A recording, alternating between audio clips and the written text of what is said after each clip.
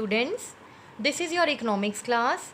Today we are going to start second chapter of economics. Name of the chapter is Sectors of Indian Economy, right? And in this particular chapter, today we are going to cover few topics. First is introduction, second is meaning of economic activities, third, how the sectors are divided, what is the classification of the sectors, fourth, what are the sectors based on the nature of economic activity, how the sectors are divided based on nature of economic activity, and the last topic of the day is interdependence of the sectors, how the sectors are interrelated to the each other. Let us come to our first topic, introduction of the chapter. See students, name of the chapter is Sectors of Indian Economy. That means Indian economy is divided into different sectors. Why it is divided into different sectors? Here I would like to discuss with you one example. In India we are living, and why India is divided into different states? Tell me students, why it is divided into different states? Yes, your guess is right. India is divided into different states so that it can perform the administrative functions of the respective territory in a better way. Same is the case with our education. Our education is divided. Suppose you are in 10th class, your studies are divided into different subjects. You are studying English also separately, you are studying Hindi also separately, you are studying science also separately. Why you are covering class 10th syllabus into different subjects? Why you are not studying all the subjects in a mixed manner? Yes, your answer is correct. So that you can study the different areas in the form of different subjects to understand them in a better way. So students, in a similar manner, our economy is also divided into different sectors so that in each and every sector the production may increase. Let us move ahead. What are the economic activities? The activities which are performed to produce the goods and services in the economy. All those activities which are producing the goods and services in the economy are economic activities. Now, for example, if I ask from you, what is the work of your father? I am sure there will be n number of answers. My father is, you can say my father is a teacher, my father is a doctor. Many of you will say my father is a engineer, my father is a farmer, my father is a businessman. See, here you can see people are performing in different respective areas, right? So in order to calculate their income, to get the amount of national income, all these activities are divided into different sectors for better understanding, so that each and every sector, the income of each and every sector can be calculated in a better way, and we ultimately come to the know about what is our national income correctly, right? So all these activities are divided into different sectors. Let us look what are the different sectors on the basis of different categories. So first we divide the economic activity on the basis of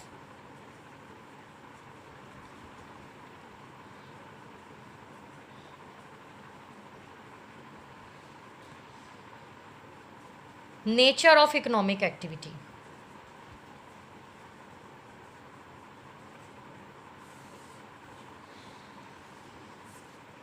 So on the basis of nature of economic activities, the activities are divided into primary sector,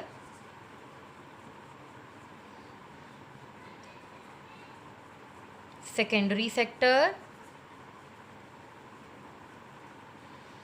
and tertiary sector.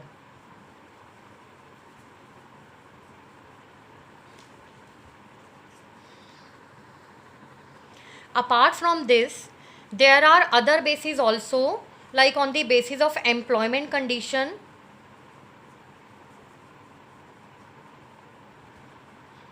the activities are divided into organized sector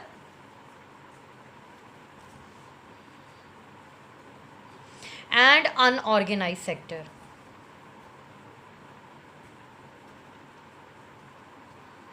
And third one category is on the basis of ownership of enterprises.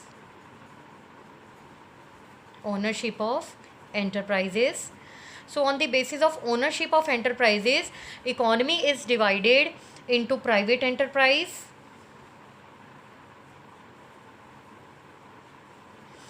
and the public enterprise.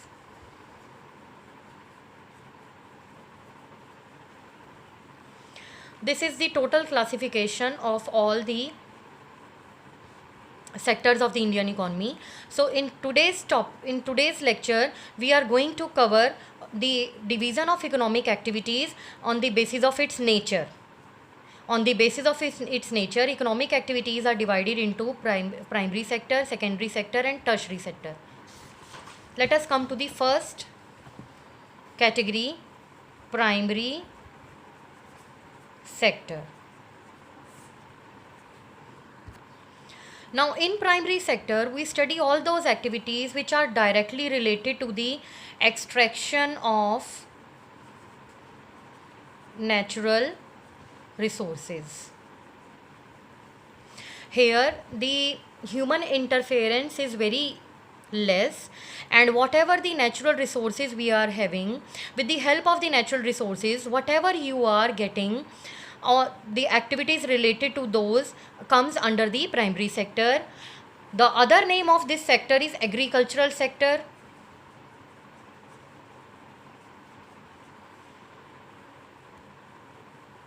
Because all the agricultural related activities comes under the particular sector. For example, farming, for example, fishing, for example, animal husbandry,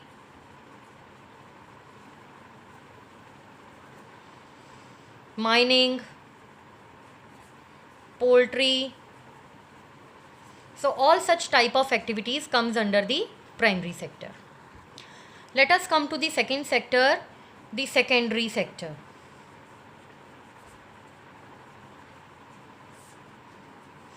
In secondary sector, the secondary sector is a sector which uses the products of the primary sector as a raw material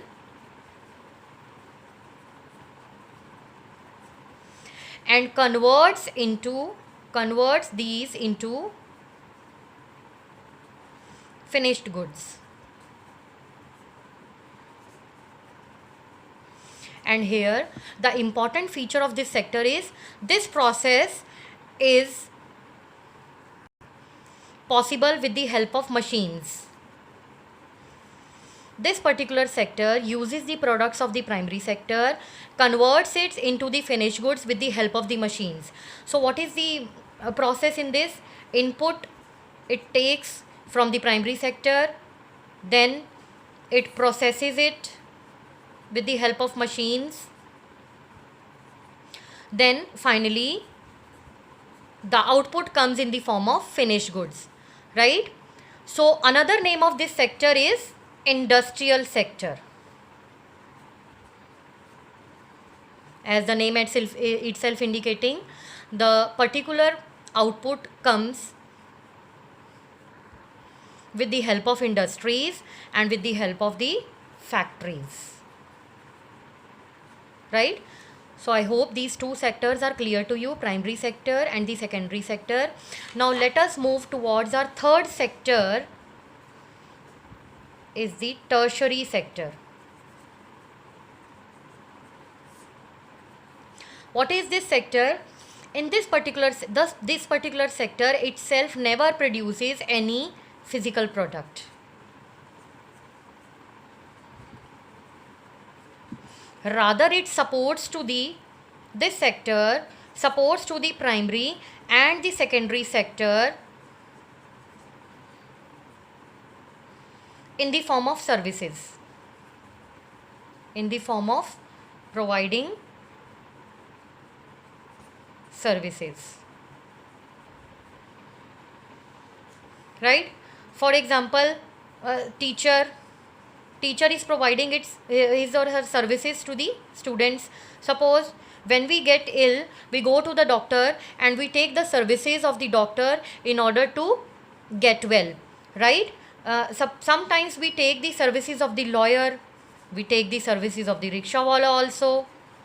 So what they are giving to us, they are not giving any physical product to us, rather they are giving their services to us which can be felt only, right? So this particular sector, main feature of the particular sector is it never produces any physical product, rather it supports to the primary and the secondary sector by providing the services to the respective sectors, right? So I hope this sector also is clear to all of you. Let us move towards our last topic of the day, is the interdependence of all three sectors.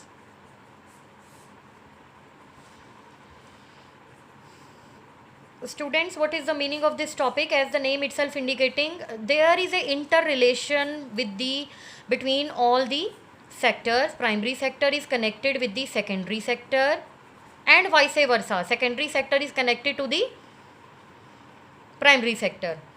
Then secondary sector depends upon the tertiary sector and vice versa. Tertiary sector is dependent upon the secondary sector, and last is tertiary sector is dependent upon the primary sector and vice versa. Primary sector is interrelated with the tertiary sector. For example, suppose farmers are growing the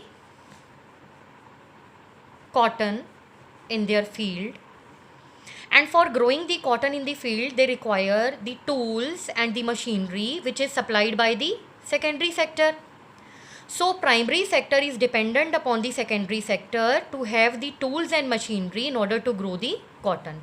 Similarly, if we talk about the secondary sector is using the cotton and further processing it and converting it into the into the fabric. So if secondary sector is not able to get the cotton from the primary sector, the process will not happen over here and the secondary sector will not be able to produce the fabric.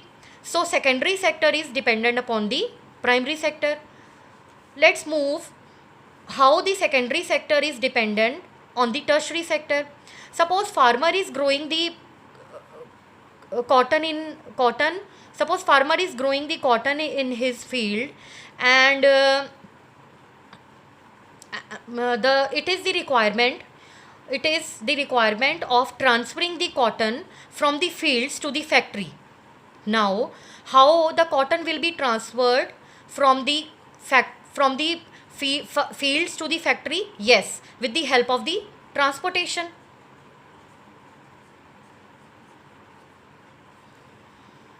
So tertiary sector is providing the services to the primary sector for transferring the crops.